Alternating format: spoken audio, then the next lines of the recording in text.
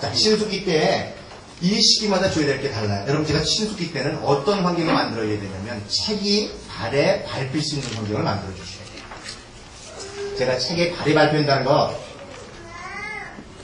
제가 이걸 어떻게 알게 됐냐면요.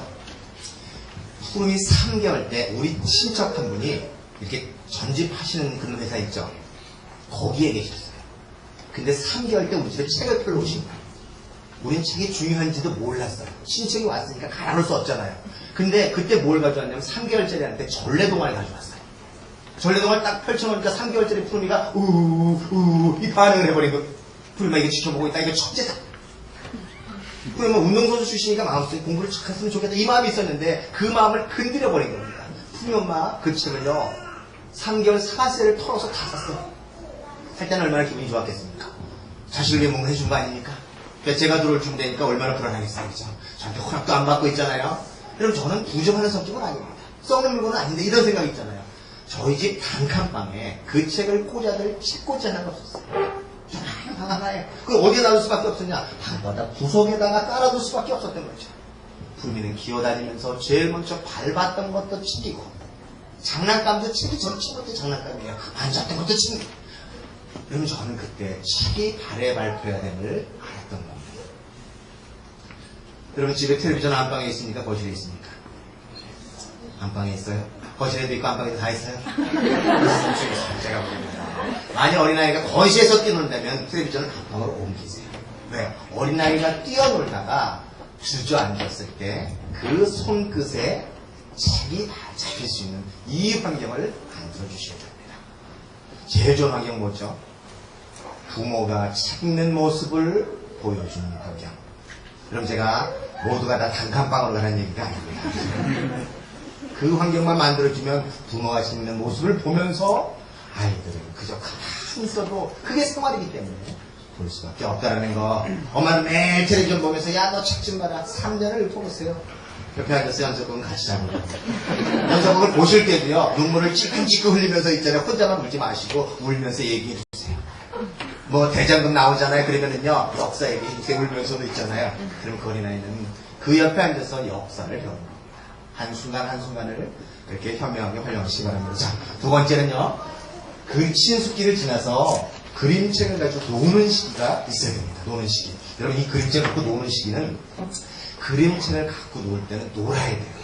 여러분 이 그림책을 학습이라고 생각하면 절대 안 됩니다. 그림책을 고르는 기준이 여러 가지가 있어요. 그럼 그림책 물론 그림의 가슴이죠. 그래서 그림책 참 잘 나옵니다. 이제 그림책을 보면서 행복하다는 당자라는 세대는 행복하다라는 거 있죠. 그럼 그 그림책 자, 그림책을 이렇게 볼 때 그림도 중요하고 출판사도 중요하죠. 그 중에 중요한 것 중에 하나가 뭐냐면 리듬감이에요. 어린아이는 벌써 엄마 뱃속일 때 엄마의 안의 리듬감을 통해서 알아듣습니다. 그 시끄러운 환경 속에서 억양과 리듬을 통해. 그래서 엄마들은 본능적으로 어린아이에게 책을 읽어줄 때 리듬감이 존재한다는 걸 알기 때문에 책을 읽어주면 의성어태를 사용해서 읽어줍니다. 보세요. 과장되게 읽어주죠. 아빠들은 애초에 책에 리듬감이 있다는 것조차 아는 아빠들이 그렇게 많지는 않습니다. 여기 오신 아빠들은 알고 있겠죠.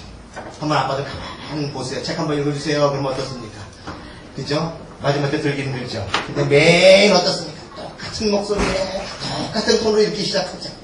그리하여 홍길동이가 길을 떠나는데 여러분 길동이가 길을 떠납니까? 여러분 자녀가 길을 떠납니까? 백인배 여러분 자녀 길 떠나죠. 어머님 어떻습니까? 마음 급하게 떠나는 길동이 붙어서 오늘 이 자리에 참석하신 어머님 굉장히 조심할 게 있습니다. 어린아이가 책을 안 읽는 가장 큰 이유는 집에 책이 없었을 때 첫 번째입니다. 두 번째, 엄마가 마음속에 책을 잘 읽었으면 좋겠다는 이 마음이 있죠. 이 마음을 자식에게 들켰을 때 안 봅니다. 어머님 열성이 강하기 때문에 들킬 수 있는 확률이 굉장히 커요. 그죠? 어린아이가 어떤 어머니 저한테 질문이 오셨어요. 우리 애가요, 그냥 십몇 개월인데요. 책을요 30분도 못 봐요. 제가 그냥 30초만 봐도 집중하는 건데요. 30분도 못 봐요. 어머니 절대 이 마음을 감추셔야 됩니다. 그러면 어머님은 선생님이 돼서는 안 돼요. 선생님의 역할은 끌고 가는 역할이죠. 지시하고 하죠. 그러나 엄마의 역할은 절대 끌고 가는 역할이 아니에요. 엄마의 역할은 변화의 중개자.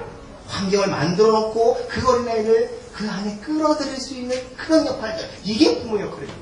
여러분, 푸른 엄마 이 역할 잘합니다. 우리 엄마 아주 그런 데는 아주 천재적인 면이 있습니다. 푸른이 나가서 시큰하고 놀고 들어오잖아요. 그걸 몰라 이거죠. 놀고 들어오면 어머니 마음속에 어떻습니까? 올라오잖아요. 그죠? 쟤 그만 놀고 좀 책 좀 봤으면 좋겠는데 이 마음이 있죠? 그 마음이 있어도 들켜본 적이 없어요. 어떻게 하는지 아십니까? 먼저 이부자리를 깔아요. 쫙 깔아놓고 한마디 하죠. 박사님 노신다고 고생 많이 하셨죠. 이제 힘드시니까 주무셔야죠. 그래놓고 잠자라고 뽀뽀해도 나와서 최근에 푸른이가 보던 책, 재밌는 책들 있죠. 그 책을 꺼내는 거예요. 그리고 푸른이가 들랑말랑한 목소리로 한마디씩 하죠. 이 책이 왜 이렇게 재밌어? 너무 재밌어 죽겠네. 엄마가 재밌어 죽겠다는데 거기서 누워서 자네가 몇 명이나 되겠어요? 한번 해보세요. 반드시 꼭 학교에서 들어와요. 엄마 뭐가 재밌어? 그럼 엄마가 다 하죠. 너 이 책 절대로 읽어서는 안 된단다. 엄마 지금 화장실 가고 싶어 죽겠는데 엄마가 볼 거야. 너 절대 보면 안 돼. 여러분 어린아이 하지 말라면요. 절대 하지 말라면 절대 하라는 얘기나 똑같습니다. 그럼 막 화장실에 갔다가 아까 거는 입에 들어서 자요. 마음껏 퍼져서 잡니다. 그러면 뭐합니까? 읽지 말라는 책 보기 시작해서 어느 날 보면 새벽 6시까지 읽고 있어요. 그러면 요새 겨울방학 끝냈죠? 밤중에 자다 보면 책장 넘기는 소리가 싹싹싹 들려요. 이건 어떻게 막을 수가 없어요. 읽지 말라 그럴 수가 없어요. 여러분 어린아이가 책을 읽는다는 것은 즐거움이 돼요. 학습이 되면 어머니 학습을 먼저 하지 마세요. 배움이 이렇게 더 즐겁다는 걸 부모가 주면 그는 평생을 그 즐거움 때문에 배움에게 들어오지. 엄마가 시켜서 하겠습니까? 어머님이 시킨다면 그게 힘들어서 더 이상 못 끌고 갑니다. 자, 근본을 근조해 주시라는 겁니다. 자, 노실 거죠? 재밌게 노실 거죠? 세 번째 단계, 바다의 시기. 여러분, 저는 이 바다의 시기, 저한테 만일 강연을 할 만한 자격이 있냐고 물으신다면 저는 있다고 생각합니다. 여러분, 저희 부부는 무식한 부부였습니다. 책을 읽어주는 게 중요하다는 걸 알았어요. 그러나 얼마나 많이 읽어줘야 되는지 그걸 알지 못했습니다. 여러분, 책 많이 읽어주세요. 아빠도 책 많이 읽어주세요. 그럼 제가, 저도 출판했던 사람인데, 12시에만 들어왔던, 12시 들어오면 제 옷도 벗기 전에 아빠 책. 저 이 간청을 못 이겨서 제가 새벽 2시까지가 제목이었습니다. 그럼 저도 직장을 다니고 일을 해야 될 거 아닙니까? 2시까지만 버텨도 잘 버티는 겁니다. 그러면 저는 2시에 누굴 깨우냐면 푸른 엄마를 깨워요. 푸른 엄마 그때 2시에 일어납니다. 푸른 엄마 2시에부터 읽어주기 시작해서 새벽 6시까지 읽어주기를 17개월서부터 27개월까지 10개월 했습니다. 여러분 남들이 5년 읽어주는 분량을 우리는 10개월에 맞췄어요. 이것이 발달을 거부하지 않았기 때문에 무식했기 때문에 그것을 할 수 있었던 거죠. 여러분 밤새 읽어달라고 할 때 한번 읽어줘 보세요. 이거 무식하지 않으면 못합니다. 전주에서 우리 집에 편지가 왔어요. 내 자식은 10시에 자는데 그럼 10시에 자는 애를 깨워서 읽어줘야 되는 편지가 왔어요. 그건 불가능합니다. 그러나 여러분 자녀가 읽어달라죠. 한 권 한 권 읽어달라죠. 그 시기만은 놓치지 마세요. 여러분 인생이 가장 중요하고 힘든 시기를 그 시기입니다. 그거만 지나고 난다면 그 다음에 여러분 자녀들을 키우는데 아무런 힘이 들지 않아요. 매를 때리거나 야단을 치거나 그러니 땡깡조차 부리지 않습니다. 여러분 저 어릴 때 푸른이한테 야단 쳐본 기억이 별로 없습니다. 푸른이 하도 호기심 있으니까 장난이 심하잖아요. 그럼 제가 한마디 딱 했어요. 그만 한마디 딱 하잖아요. 그럼 어떻게 나올지 아세요? 아빠 죄송합니다. 용서하세요. 다시는 남들에게 이기게 나와요. 그럼 남들이 들으면요 애를 얼마나 잡았으면은요 말 한마디에 제가 봐도 소름이 끼쳐. 너 어디서 사과하는 걸 어디서 배웠냐? 여러분 어디서 배웠는지 아십니까? 그때 샀던 전래동화 있죠? 그 전래동화에 말 안 듣는 청개구리한테 배웠다. 청개구리 있잖아요. 엄마가 개울가에다 개울육을 한다는 거. 저는 거기서 책이 도덕적이고 사회적인 판단에 준거가 되고 있음을 거기서 깨달았어요. 여러분 어린아이들 책을 읽는 어린아이한테 예번절을 가르칠 필요가 없어요. 그는 책을 읽으면서 그냥 그 자리에서 흡수합니다. 여러분 이거 외에 지금 이 나라에 남아있는 교육이 뭐가 있습니까? 여러분 책을 통한 이 교육밖에 남아있는 게 뭐가 있냐 이거죠. 그는 알아서 스스로 성장합니다. 부모는 그에 된 것만 그런 환경만 만들어주는 거죠. 읽어주실 거죠. 부모니까 할 수 있는 겁니다. 자, 여러분 네 번째 한글을 일찍 가르쳐라. 어떤 어머님은 한글을 가르치면 창의성이 발전 안 한다고 한글을 안 가르치시는 어머님이 계세요. 여러분 그 말 믿지 마세요. 그 말에 속으면 나중에 어머님 후회하십니다. 여러분 한글을 가르치면 왜 창의성이 발전 안 하죠? 그것은 서구의 교육을 아무런 생각 없이 받아들인 결과입니다. 여러분 이제 이 시점이 아마 배를 깊은 사랑이 행복한 영재를 만든다라는 것이 나오면서 새로운 토종에 대한 교육이 하나 성립되는 것이 아닌가 이런 생각을 합니다. 여러분 서구의 교육을 우리가 무분별하게 받아들였어요. 문자 환경이 다르다는 사실을 간과하고 그들의 이론을 그대로 받아들였단 말입니다. 여러분 저는 한글이 국가의 힘이라고 봅니다. 저는 한글 때문에 이 나라는 앞으로 세계의 어떤 나라와 경쟁해도 유지한다는 걸 알아요. 여러분 왜 그런지 아세요? 우리는 책을 일찍 읽을 수 있습니다. 일본에서 푸르미를 취재하러 기자가 왔습니다. 그러면서 푸르미가 보는 책을 딱 보더니만 일본 어린아이들이 볼 수 있는 책이 아니라는 거예요. 일본 기자가 와서 물어보는 거예요. 이렇게 푸르미처럼 책을 많이 읽는 어린아이가 있냐? 대한민국에 푸르미 닷컴에만 2만 명이 넘다니까 저 기자 하는 말이 이제 대한민국이 두렵습니다라는 얘기를 할 정도입니다. 여러분 어린아이들 왜 일본 애들이 그렇게 못 읽죠? 그는 음독과 훈독이 어렵기 때문에 높은 수준의 책을 읽어내려가지 못해요. 문자가 후졌단 말이죠. 여러분 중국의 어린아이들이 초등학교 4학년이 돼야만 만화책을 읽습니다. 우리 애들 만화책 읽는데 초등학교 4학년까지 갈 필요 있습니까? 영어권에 그렇지. 영어는 안 그래요. 여러분 영어도요. 되게 초등학교 들어갈 때까지 책을 읽어주라 그랬죠. 영어권에는. 그죠? 또 왜 그런지 아세요? B와 D 같은 음소, P와 Q 같은 음소가 있어요. 영어의 음소 보면은요. 이거는 뒤집으면 똑같은 T죠. 여러분 어린애가 태어날 때 네모와 이게 많은 모는 동이라는 걸 알고 들어가요. 그래서 서구권에 있는 어린아이들은요. 이 영어 단어 중에 스페링 중에 이 단어를 헷갈려서 초등학교 들어가기 전까지는 문자를 가르치잖아요.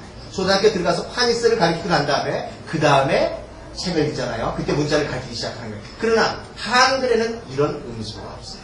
한글이 너무도 쉽습니다. 여러분 제가 한글 가르치라는 것은 한글이 국가의 힘이라는 것이 만일 여러분 자녀들이 36개월 이전에 한글을 재밌게 배워서 만일 스스로 읽을 수 있다면 여러분 자녀의 지능은 최소한 150을 넘어갑니다. 여러분 이거 뭐죠?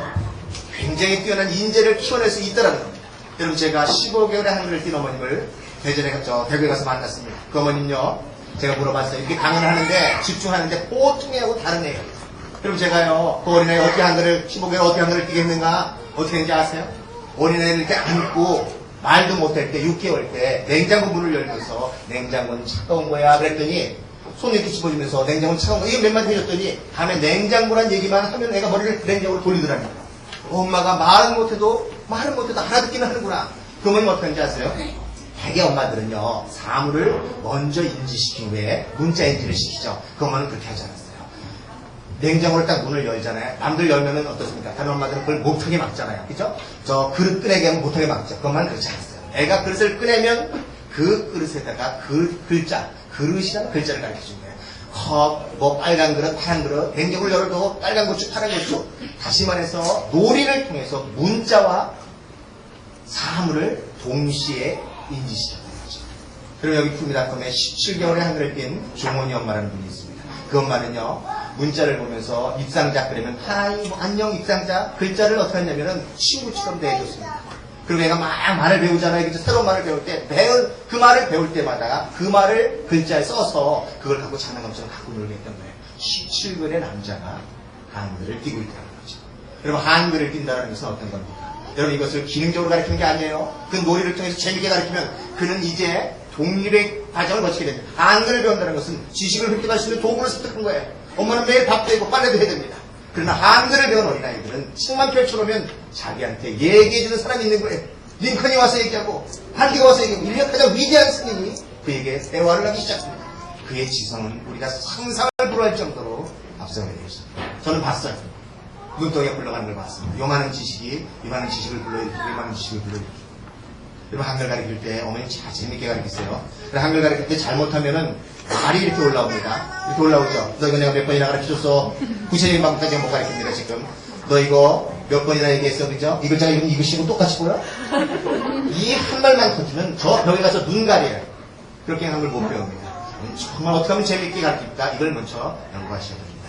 자, 한글 가르치실 거죠? 마지막 독립시켜라. 그럼 독립은 어떤 거냐면요. 스스로 책을 읽을 수 있게 만드는 거예요. 만일 어머님이 신숙기 때 책을 보여주고 바다의 시기에 실패하지 않았고 읽어줬고 그 다음에 한글을 재밌게 배웠다면 곧바로 독립시키세요. 책을 혼자서 읽으면 읽을수록 여러분 자녀의 지성은 빨리 갑니다. 그러면 닷컴에서도 혼자 읽은 애하고 엄마가 읽어주는 거의 차이는 오히려 혼자 읽는 어린이 지성이 훨씬 더 빨라요. 자, 그런데 엄마가 신숙기를 거치지 못했고 그 다음에 바다의 시기를 어머니 충실히 못 줬다면 한글을 배웠다 하더라도 읽어주는 시간들을 가지셔야 됩니다. 여러분 독립의 과정은 간단해요. 어떻게 하시면 되냐면 이전까지는 책을 앞으로만 갔죠. 높은 수준만 올라갔죠. 그러나 독립을 하시기 위해서는 올라가는 것보다 다시 2단계를 후퇴, 절대 뒤로 내려와야 됩니다. 왜요? 이 시기는 뭔가를 아는 게 중요한 게 아니에요. 글자 아는 게 중요한 게 아니라 이 시기는 자신감을 갖는 게 훨씬 더 중요합니다. 여러분 이 시기 이전에 다시 내려올 때 이때는 책이요. 이전에 갖고 있는 책까지는 안 됩니다. 그건 눈에 익어서 스스로 독립하려고 했잖아요. 풍우의 엄마는 이렇게 다음 단계로 내려올 때 창작동 아주 쉬운 것들 있죠. 그림 많이 나와 있는 거죠. 이걸 한 500권 정도 줬어요. 그냥 원하는 대로 준 겁니다. 그랬더니 그 쉬운 거를 가지면서 한동안 다니더니만 그 다음에 폭발해서 올라가더라는 거죠. 이 엄마가 이렇게 쉬운 거 가지고 엄마 한 줄 읽게 네가 한 줄 읽어봐 이렇게 하면서 스스로 독립을 유도하는 겁니다. 아빠한테도 좀 도움을 요청해야 돼요. 아빠도 가서 한마디 하는 거예요. 엄마 그러는데 너 혼자서 그렇게 책을 잘 본다면서 이만 해주는 겁니다. 여러분 다 이거 짜고 치는 모습인데요. 남편하고 알죠? 그러면서 살살 독립시킵니다. 자, 독립하는데 조심할 게 몇 가지 있습니다. 첫 번째 조심할 것, 소리내서 읽도록 강요하지 마세요. 그럼 이해하지 못합니다. 눈으로 보는 속도가 이해의 속도입니다. 두 번째 조심할 거는요, 어린애가 책을 읽다 보면 명사만 읽고 조사를 빼먹는 현상이 나타나요. 그랬습니다를 그랬음 하고 넘어갑니다. 이건 속독으로 넘어가는 중간 단계에서 나오는 자연스러운 현상이에요. 이걸 엄마가 너 틀렸어 지적하면 여기서 속독이 멈춥니다. 자기가 스스로 프로그램을 수정할 수 있는 힘이 있습니다. 자, 세 번째 조심할 거는 어린아이가 이제 스스로 보기 시작하면요 굉장히 속도가 빨라집니다. 책장을 넘기는 속도가 너무 빨라져요. 그럼 어머니는 어떤 생각이 듭니까?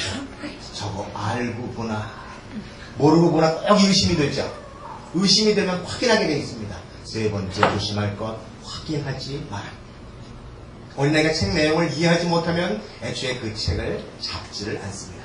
그러면 이 원리를 알면서 확인했다가 초록이한테 한 방을 얻어먹은 적이 있어요. 초록이 한 방 탁 놓더라고요. 엄마, 어린아이는 다 읽어도 반밖에 몰라요. 탁 몰라요. 그럼 어린아이 다 읽어도 반밖에 모릅니다. 그래서 어린아이 책 읽는 걸 가만히 지켜보세요. 매일 엄마 책 읽어주기 그러면 그 책만 뽑아와요. 같은 책만 뽑아오죠. 올 땐 1년 동안 뽑아와요. 엄마 입장에서는 환장하는 거예요. 좀 더 다양하게 읽었으면 좋겠는데 천만에 여러분 어린아이가 책을 다양하게 읽는다는 것은 한순간에 다양하게 읽는다는 것을 의미하지 않아요. 어린아이의 책은 한순간에는 하나만 읽게 돼 있어요. 여러분 자녀가 자동차를 좋아했잖아요. 그럼 자동차만 미치는 거예요.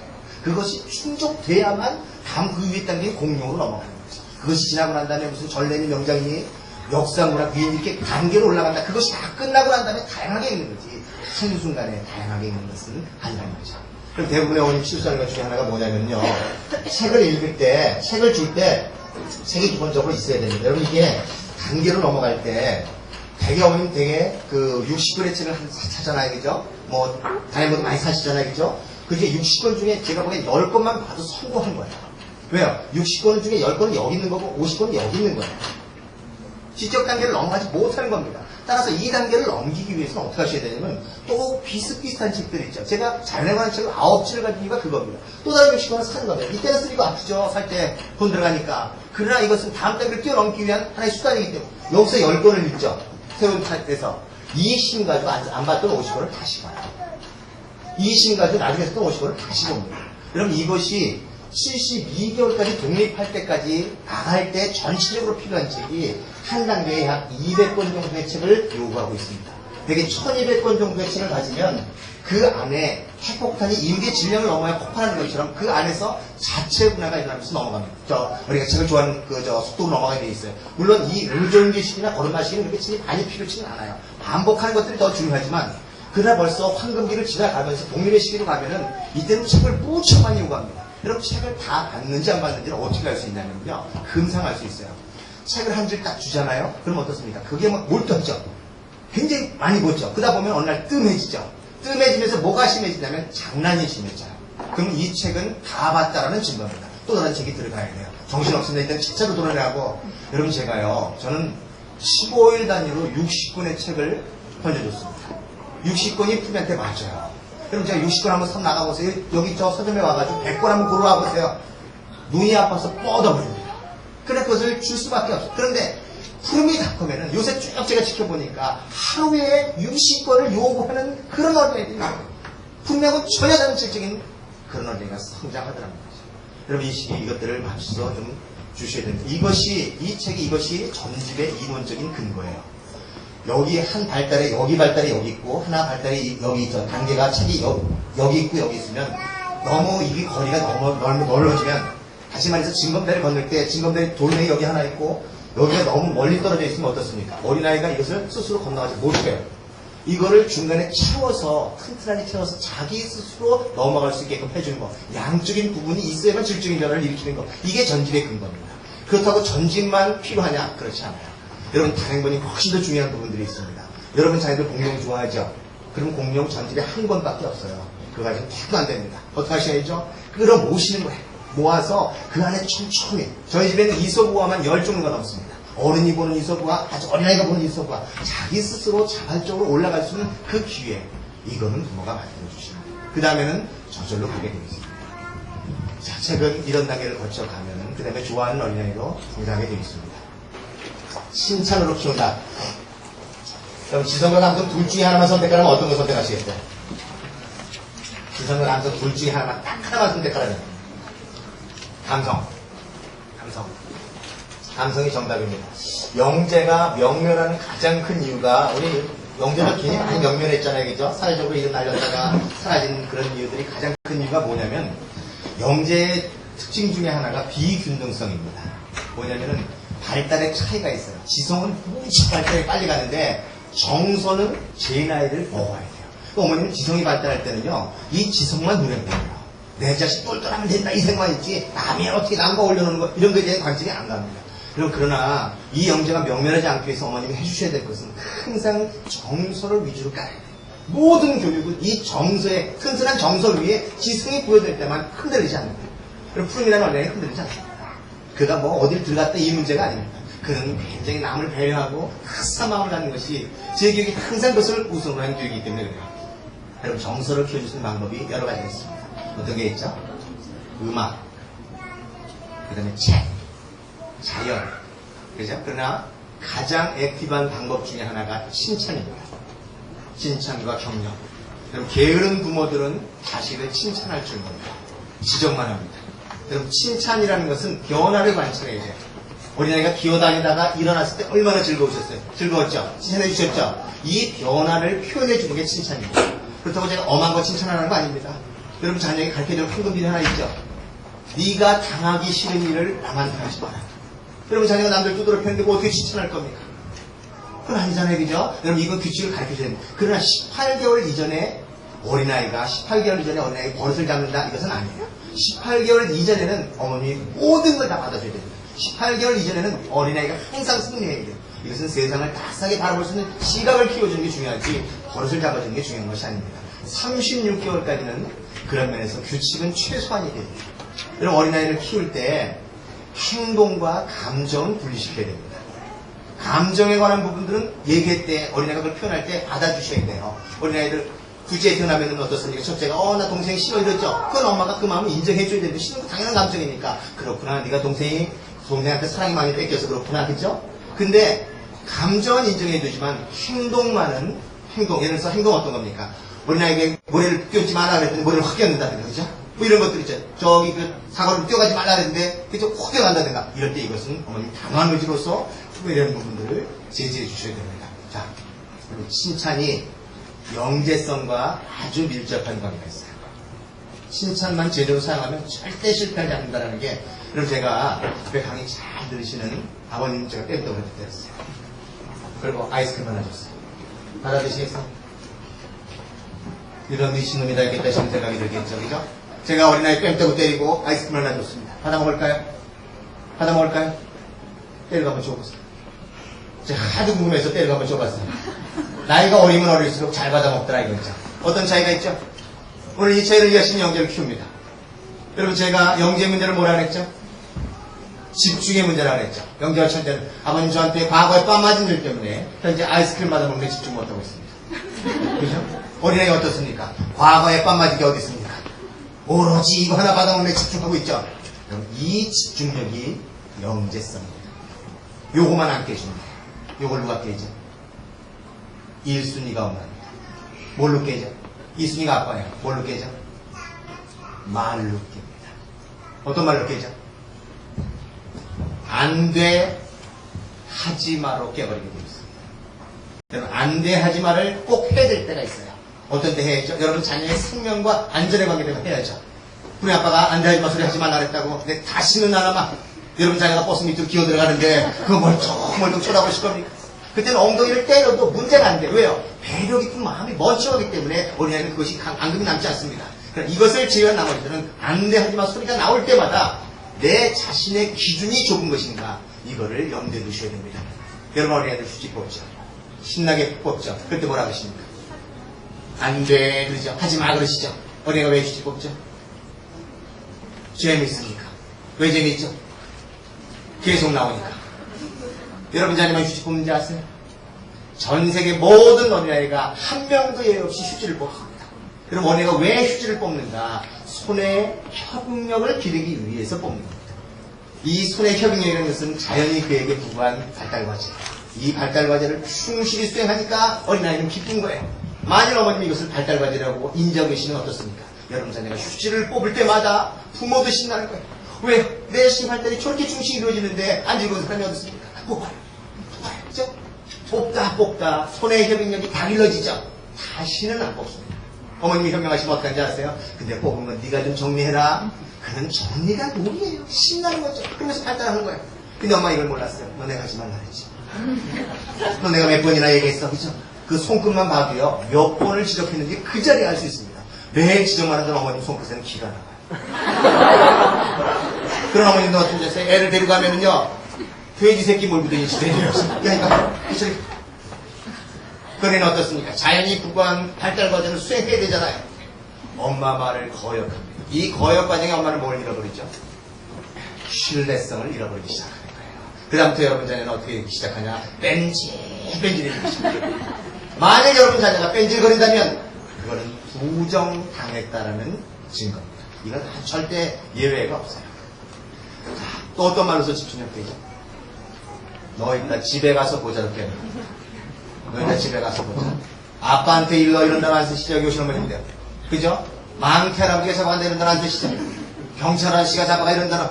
어떤 어머님은 자기 생명을 담보로 하는 사람도 있어요. 너 그럼 꼬부랑 할머니 돼서 죽는다 이거죠. 아주 그 얘기 들을 때마다 오싹오싹해요. 그 말이 지금 자녀에게 주는 어떤 의미를 갖는지 어머니 생각하고 그 단어를 쓰는지. 여러분 이 부정적인 말 한마디가 그를 죽게 되어 있습니다. 이따 집에 가서 보자 그러면 걔는 집에 가서 볼 때까지 불안한 거예요. 그거 어떻게 집중합니까? 아빠한테 이런다 그래가지고 그죠? 그럼 집에 가서 보자 그랬을 때 한 번이라도 보신 적 있으세요? 왜 이런 공갈포를 쓰시죠? 행동을 바꾸기 위해 쓰시는 거 아닙니까? 여러분 자녀가 좀 더 나은 행동을 하기 원해서 쓰시는 거 아닙니까? 그러나 그 행동이 오히려 강화된다는 생각 안 해보셨어요? 여러분 한번 보세요. 어린애 뜯어펴기 시작하면요. 나중에는 맨 처음엔 가슴 아픕니다. 어린애 뺄게 조금 지나고 난 다음에 왜 뺐는지도 몰라요. 이 행동을 안 바꿉니다. 절대 안 바꿔요. 여러분 어린아이 행동을 바꾸기 쉽죠? 그럼 원하시죠? 좀 더 나은 행동을 하기 원하시죠? 그것은 다른 방법이 없어요. 칭찬과 격려로서 여러분 자녀의 자아 이미지를 바꿔내는 방법이에요. 한번 해보세요. 그 자리에서 어린아이 바뀌게 되어 있습니다. 자아 이미지를 바꿔라. 여기 똘똘한 그룹이 하나 있었어요. 여기 뿅마지막 열수 있는 그룹이 있었어요. 어느 그룹에서 영재가 나왔어요? 똘똘한 그룹에서 나올 것 같아요? 뿅마지막 열수 있는 그룹에서 나올 것 같아요? 어느 그룹에서 나올 것 같아요? 똘똘한 그룹에서 나올 것 같지 않아요? 이전적으로 뛰어나니까? 아니요. 똘똘한 그룹에서 영재가 태어나지 않습니다. 왜 그런지 아세요? 엄마가 원체 똘똘하니까 반응을 안 해줘. 얘가 뭘 하나 해도 있잖아요. 응, 애가 안 하고 너도 하나 안 했구나 이거예요. 얘가 오랜만에 100점 받아 오잖아요. 그러면 어머님 있잖아요. 대뜸 물어보니까 야, 니네만에 100점 받은 애가 몇 명이라 그래. 이거 물어보는 거예요. 책 하나를 볼 때도 있잖아요. 뭐라는지 아십니까? 책 하나 보면 이 안에 뭐가 들어있나 이거 싶어가지고 있잖아요. 야 근데 그 안에 그 내용이 뭐가 들어있니? 이렇게 물어보는 거예요. 어린애는 뭐라고 대답하는데 몰라로 대답하죠. 왜? 대답하면 귀찮고 물어보는데 몰라 전에 들어가죠. 그러나 평범하지만 열성 있는 엄마들은 그렇게 물어보지 않아요. 이 책을 내용을 알고 있나 모르고 있나 알고 싶어도 그것이 상처받지 않게 하기 위해서 어떻게 하는지 아세요? 박사님 그 내용 재밌으셨어요? 근데 박사님 그 강연 좀 한번 해주시겠습니까? 박사님 강연이 최고예요. 그는 자기의 것을 엄마한테 토해내게 돼 있어. 엄마 이거 무슨 내용이고 저건 내용이고 있죠. 그래서 얘가 알았는지 몰랐는지 엄마는 그 자리에서 그것을 감지할 수 있습니다. 자, 칭찬은 방적으로 이끌지 않지만 이끄는 경우가 몇 가지 있어요. 첫 번째, 물질로 대체하지 마세요. 이거 잘하면 뭐 사줄게. 조건을 걸어버리잖아요. 그러면 엄마 이거 잘하면 뭐 사줄래요? 제 조건입니다. 그냥 엄마가 쳐다보는 것, 엄마가 뽀뽀해주는 것, 엄마가 사랑해주는 것, 이것이 최대적인 보상으로 갑니다. 어린아이에겐 그것보다 더 중요하고 그것보다 더 충족될 게 없습니다. 두 번째, 과정을 칭찬해줘야 됩니다. 결과만 칭찬하지 마세요. 1등 했구나, 잘했구나 그러면 불안해합니다. 1등하기 많은 노력을 기울였구나 그러면 안 불안해합니다. 세 번째 중요한 거는요, 여기 직장 생활하시는 어머님이 계신다면 보상심리로 자녀를 키우지 마세요. 보상심리로. 그럼 보상심리로 자녀를 키우면 집에 들어가서 뭐든지 오냐오냐 하죠. 이것도 잘했다 저랬다. 제가 보기에는요, 어머님은 직장생활을 하든 안 하든 간에 항상 어떤 태도를 가지셔야 되냐면 당당함을 가지셔야 돼요. 내가 내 인생을 이렇게 당당하게 살아가니 너도 네 인생을 당당하게 살아가라. 부모가 표준이고 모델입니다. 부모가 그 모습을 보여주면 어린아이는 그렇게 성장하게 되어 있습니다. 자, 마지막으로 놀이와 스킨십으로 넘어갈게요. 제가 그냥 영광으로 갈게요. 여기 놀이와 스킨십. 놀이 많이 해주세요. 애들 많이 노세요. 특히 아빠들은 어린 시절에 애들하고 놀아야 됩니다. 이때 노는 방법을 배우지 못하면 나중에 컸을 때 아빠를 몰라보냐면 구경 외인처럼 봅니다. 관계없는 사람처럼 봐요. 그래도 아빠한테 다 갈라 그러지 않습니다. 이건 아빠한테 인생에도 굉장히 마이너스입니다. 나중에 외롭고 고독해요. 어린 시절에 어린애하고 놀 수 있는 방법을 찾아야 돼요. 아빠가 교계정에 들어오면 제가 연기해야 된다 그랬죠. 그것은 아빠가 주는 거와 엄마가 주는 영역이 달라요. 아빠는 뭘로서 가르치냐면 몸으로서 가르칩니다. 아빠들 한번 봐보세요. 우통 먹고 씨름하죠. 그죠? 그죠? 어린아이는 이 씨름하는 과정에 뭘 배우냐면 자기 육체의 한계를 배우는 거예요. 어디까지를 힘을 줄 수 있는가 있죠. 근데 엄마들은 말로 가르칩니다. 한번 보세요. 말로 차근차근 엄마 가르치죠. 근데 아빠가 교계정에 안 들어와 버리면 그때는 뭐냐면 엄마가 몸으로 가르쳐요. 말로 가르치는 부분에 엄마가 집어던져요. 왜? 저기 활발하게 놀아줄 수밖에 없기 때문에. 이럴 경우에는 몸으로 가르치는 한 부분을, 말로 가르치는 한 부분을 잃어버리게 되는 겁니다. 자, 아빠를 끌어들이세요. 아빠가 왜 교육에 못 들어오죠? 남자는 두려움 때문에 못 들어옵니다. 여러분, 저는요, 특히 남자가 중요한 역할을 할 때가 뭐냐면 어린아이를 첫 아이를 낳고 어린아이를 낳고 난 다음에 여성에게는 여성 호르몬이 분비됩니다. 어린아이를 지키기 위한 옥시토닌 같은 호르몬이, 이때는 여자들이 굉장히 외로워요. 누군가를 아주 긴밀하게 찾기 원하고 같이 있기를 원합니다. 근데 남편은 그때 애기 낳고 100일이 지날 때까지 자기가 아빠가 됐는지를 몰라요. 그럼 저도 마찬가지입니다. 100일이 지날 때까지 제가 뭐 하냐면 호기심으로 다녔어요. 얘는 그냥 쳐다보고 있잖아요. 근데 100일 지나서 방긋방긋 웃으니까 그때서야 이제 눈에 보이기 시작하는 거예요. 그때 엄마는 얼마나 외롭고 고통스러운데요. 이때 이 얘기를 남편이 이것만 이해할 수 있고 가만히 옆에만 있어줘도 그 다음에 가정이 그 다음에 깨지지 않습니다. 굉장히 좋은 어떤 그런 관계를 맺게 됩니다. 아빠들은 그거에 대한 이해를 이미 가지고 있어야 됩니다. 여러분, 제가 아빠를 교계장에 끌어다는 건 아빠가 두려움 때문에 못 들어오죠. 엄마가 이 두려움을 없애줘야 됩니다. 예를 들어서 어린애가 처음 아기를 안잖아요. 그럼 애가 막 울면 남자는 빨리 던지고 싶어요. 그럼 어떻게 달래야 될지 모르니까. 근데 어린애가 왜 아빠가 이렇게 말을 하고 이렇게 안아줄 때 왜 울까요? 엄마의 고음은 뱃속일 때 많이 들었어요. 그게 익숙한 거예요. 근데 아빠가 이렇게 말할 때 아빠의 저음은 익숙치 않은 거예요. 그래서 그것이 이상하다고 우는 거예요. 근데 만약 엄마가 지식이 있으면 당신의 이 저음 때문에 이것 때문에 우는 거야. 조금 더 익숙해지면 괜찮아. 어린아이에 관한 발달에 관한 지식을 남편한테 계속 얘기해주면 남편은 어떻습니까? 그것을 이해하고 받아들이면서 점점 어린아이에게 다가가겠죠. 여러분, 저는요, 풍년마고 교육을 얘기하면 서울서부터 부산까지 갔다 오는 중에 10시간이면 10시간 내내 교육 얘기를 해도 그 얘기가 끊이지 않아요. 이것은 그런 것들을 항상 공유하면서 대화를 나누기 때문에 그렇습니다. 그럼 남편을 끌어들이는 방법, 제가 재미난 방법 하나 가르쳐드려요. 그럼 어떻게 하셔야 되냐면 여러분 자녀의 발달을 항상 여러분 남편한테 이야기하세요. 오늘 얘가 무슨 말을 했어? 얘가 무슨 행동을 했어? 근데 여러분 자녀들이 굉장히 뛰어난 행동을 했죠? 그럼 한마디 더 붙이세요. 우리 집안에는 저렇게 똘똘한 애가 없는데 이건 아마 당신 집안을 닮아서 저렇게 아닐까 있죠? 이 한마디만 그냥 붙이세요. 그냥 이걸 토달지 말고 붙이시면 남편은 속는지 알아요. 그런데도 그냥 들어오게 돼 있으면 자기 닮아서 똘똘한다는데 어린아이가 벌써요 글을 알고 똘똘해지기 시작하면요 이제는 이렇게 멀뚱멀뚱 쳐다봤던 아빠가 이제 애 데리고 자랑하게 되네요. 발달이 빠르면 빠를수록 남편이 들어옵니다. 그럼 오늘 제 얘기를 전해도 좋습니다. 그럼 제 책 푸르미르 경제를 켰다는 책 읽기에도 좋습니다. 제 강연 테이프를 듣기에도 좋아요. 이거 벌써 지난 6년 동안 한 번도 베스트에서 떨어진 책이 아니에요. 그럼 이거를 남편이 이해하면 이해할수록 남편이 들어오는 속도가 강합니다. 여러분 저한테 오늘 뭐 배우셨죠? 동조이론 배우셨죠? 동조이론 내가 오늘 푸르미 아빠 강연 들어봤지만 그거 별거 아니더라. 역시 교육은 당신이 최고야 이거 있죠. 당신은 이 세상에 태어날 때 교육을 하기 위해서 이 세상에 태어난 사람이 아닌가. 내 강연 내내 들으면서 그 생각. 여러분 남편 속문자 알지만 그죠? 속에 돼 있습니다. 남자가 여러분 남편한테 아내가 넘어가지 말아야 될 손이 하나 있습니다. 남자가 가장 초라한 게 뭔지 아세요? 자기 부인에 의해서 다른 남자와 자기가 비교될 때 이거보다 초라한 건 없습니다. 부부싸움을 해도 절대 이 선을 넘어가서는 안 됩니다. 자, 여러분 남편 끌어드실 거죠? 자, 놀이는 적극적인 참여자가 돼야 됩니다. 여러분 놀이를 할 때 적극적인 참여자라는 거, 이게 모빌 있죠?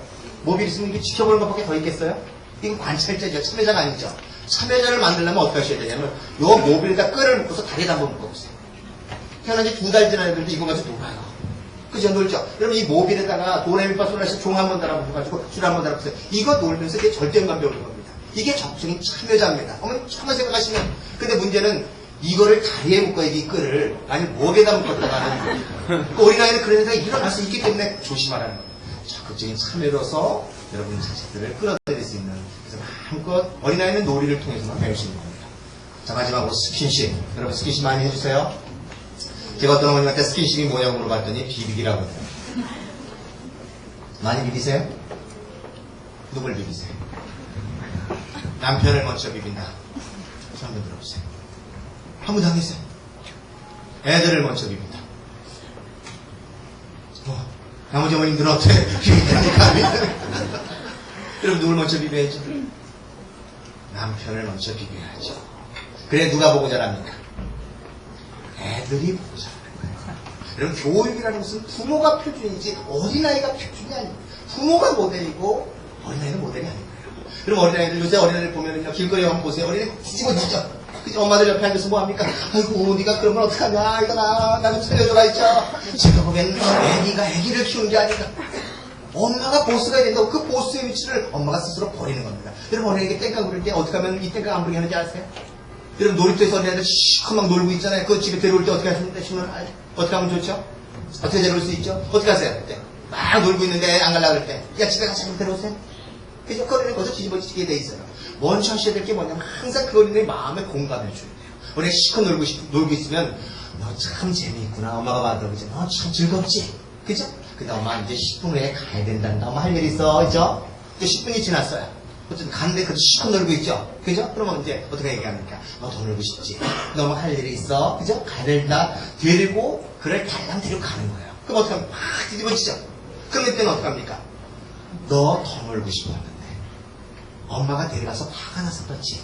그래서 엄마 그 마음 이해한단다. 그러나 엄마가 해야 될 일이 있단다. 그 마음을 적극적으로 공감해주고 그리고 엄마가 해야 될 그 마음 이거를 가르쳐주면 그 어린애는 모든 사회적인 규칙을 가르칠 수 있는 거예요. 근데 엄마가 이걸 주지 않으면 어떻습니까? 그 어린애는 땡깡이라든가 이것을 반항하게 되죠. 자, 여러분, 자, 어린아이들 이 비벼준다라는 거 왜 비벼줘야 되는가 이유를 아셔야 됩니다. 오늘 풀명마 오면은 참 좋았는데 오늘 오지 못한 것 같으네요. 제가 풀명마 보면 저는 어렸을 때부터 풀명마 때 우통복도 하나 줬던 사람입니다. 이 비벼주기 위해서. 여러분 많이 비벼주십니까? 아빠 많이 비벼주세요. 여러분 저는요 어린아이 깨울 때 어떻게 깨우십니까? 풀명마 와있네. 아 그래요. 좀 이따가 예. 제가 풀명마 보니까 어떻습니까? 풀명마 한번 보시죠. 보통은 되죠? 보통도 안 돼? 여러분은 제가 보기엔 예쁩니다. 제가 이 비벼준다라는 게, 제가 비벼주는 게 일가견이 있다라는 게, 여러분 제가 이렇게 그 푸르미에 깨울 때도요, 지금도 이제 등치가 이만합니다. 일단 65 가까이 돼요. 중학교 올라가고, 그 밑에 이제, 저기 그 초등학교 4학년, 이제 5학년 올라가는 초록이 하나 더 있습니다. 저는 지금도 학교 갈 때, 푸르미를 깨울 때, 저 이렇게 깨워본 적이 없습니다. 항상 그냥 뭐 하냐면요, 배꼽부터 짝거리 뽀뽀라고 하시죠? 많이 안 하세요? 쭉쭉쭉쭉 하늘에 뽀뽀. 저는 지금도 푸르미를 깨우면서 박사님 일어나셔야죠. 지금 일어나셔야 합니다. 쭉쭉쭉쭉 있죠. 눈을 번쩍 뜹니다. 그 눈에는 뭐가 있냐면 사랑이 있어요. 여러분 인생을 살면서 뭐 많이 산 것도 아니지만 저도 이전에 총각시절에 꿈이 많았던 사람입니다. 그날 지금 애 낳고 애 키다 보니까 꿈이 하나도 없어졌어요. 그저 애나 잘 컸으면 좋겠다. 이것밖에 더 있어요. 그저 자식이 부모를 사랑하고 부모가 자식을 사랑하면 그것으로 좋을까? 너무 이상 바라는 게 뭐가 있어요? 세상에 부러울 것도 없어. 아무것도 부러울 게 없어. 그게 삶입니다. 자, 많이 비벼주실 거죠? 그럼 제가 프리엄마 보라는 게 저는 이게 이 화장하는 거 있죠. 이 화장하는 거 있죠. 좀 맨 처음에 프리엄마하고 연애할 때 그 여자가 화장을 하는 거하고 안 하는 거하고 그렇게 달라지는 줄 몰랐어요.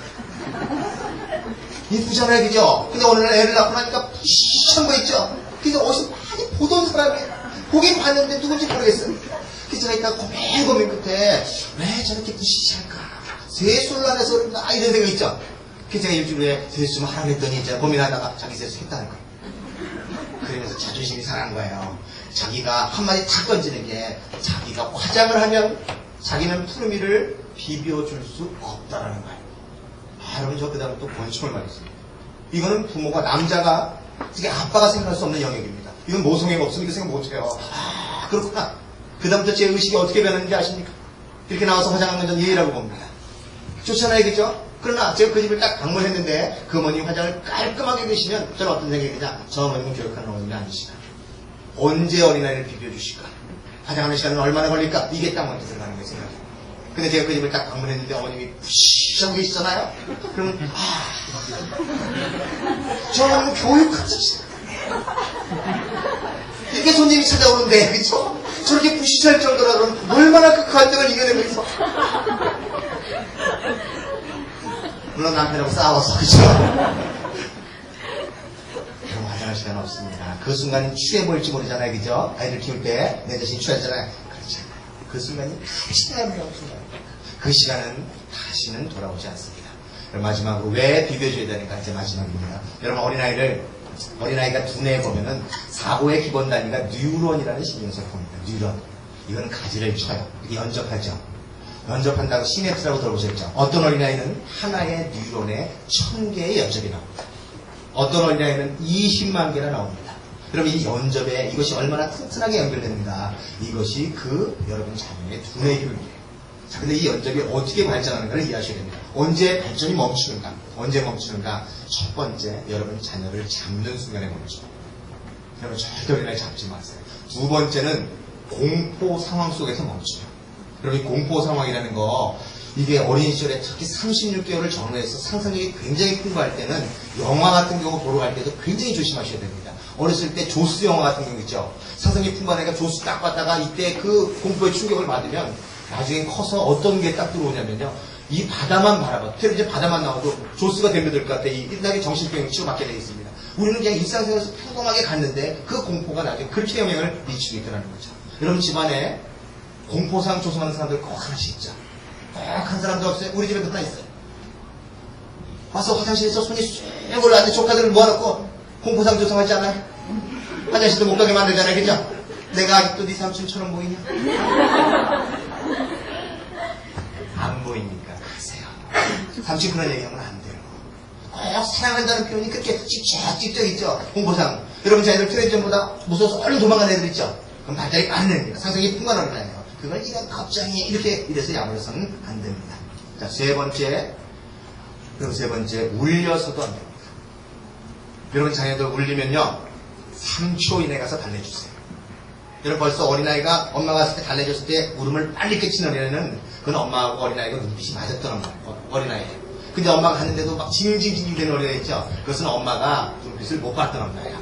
빨래하고 밥하고 뭐 이런 게 더 먼저 우선 갔지 그 눈빛을 맞추는데 못 갔기 때문에 만약 이 징징대는 걸 없애고 싶잖아요. 어떻게 하시면 되는지 아세요? 한 2달만 그 어린아이에 집중해보세요. 아빠한테 얘기하고 난 다음에 아무것도 안 하고 애하고 노는 거 있죠. 그 시간 타임만 맞춰보세요.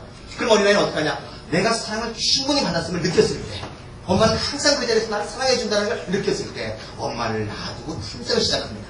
근데 어린아이가 이것을 못 느끼면 엄마를 떨어지면 그는 굉장히 힘들고 위험한 상황이기 때문에 엄마를 자꾸만 붙들게 됩니다.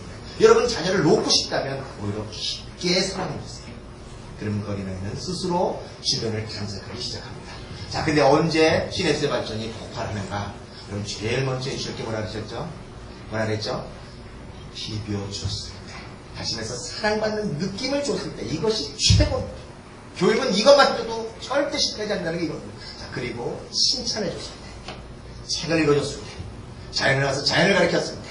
그가 마음껏 뛰놀 수 있는 환경을 만들어줬을 때. 엄마가 대화를 나눠줬을 때. 지금 제가지 얘기한 몇 가지 안 되는 상황이지만 이 상황이 만들어지면 여러분 자녀들은 아름다운 영재로 크게 되겠습니다. 자, 마무리하겠습니다. 오늘 제 강연을 들으면서 어떤 생각이 드세요? 그럼 행복한 영혼을 키우는 것이 어려워요? 어렵다고 생각이 드세요? 안 어려워요. 여러분 이게 어려운 거 아닙니다. 이게 일상생활에서 하나 덧붙여놓은 거 아닙니까? 그죠? 여러분 분명히 여러분 이것들을 실행했을 때 여러분 자녀는 행복한 영혼을 푼다라는 저는 그 확신이 있습니다. 여러분 이거 나가서 좀 전파시켜 주실 거죠? 여러분 자녀에게 적용시켜 주실 거예요? 안 시키실 거예요? 내 자녀만 잘 키우실 거예요?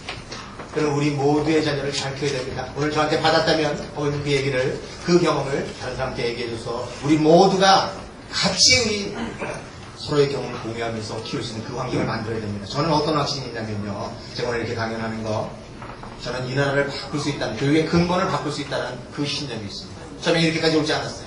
여러분 30년이 지난 다음에 여러분 자녀가 이 나라를 이끌어갈 겁니다. 굉장히 아름다운, 남을 배려할 수 있는 따스한 마음을 가진 그런 성인으로 성장해서 이 나라를 바꿔갈 겁니다. 정의가, 사회 정의가 꿀처럼 넘쳐날 거예요, 이 나라. 그거에 대한 그 희망과 꿈이 있습니다. 여러분 30년이 지난 다음에 여러분 자녀가 이 나라를 이끌어갈 때, 훌륭한 인재를 컸을 때 푸르미 아빠라는 사람이 분당에 와서 그렇게 떠들었다. 여러분 그거 하나만 기억해 주시기 바랍니다. 저는 아버지 마음속에 영원히 살고 싶은 그 마음이 있습니다. 여러분 제가 욕심이 큰가요 너무? 여러분 2시간 가까이 되는 시간이었어요. 들어주셔서 고생 많이 하셨습니다. 마치겠습니다.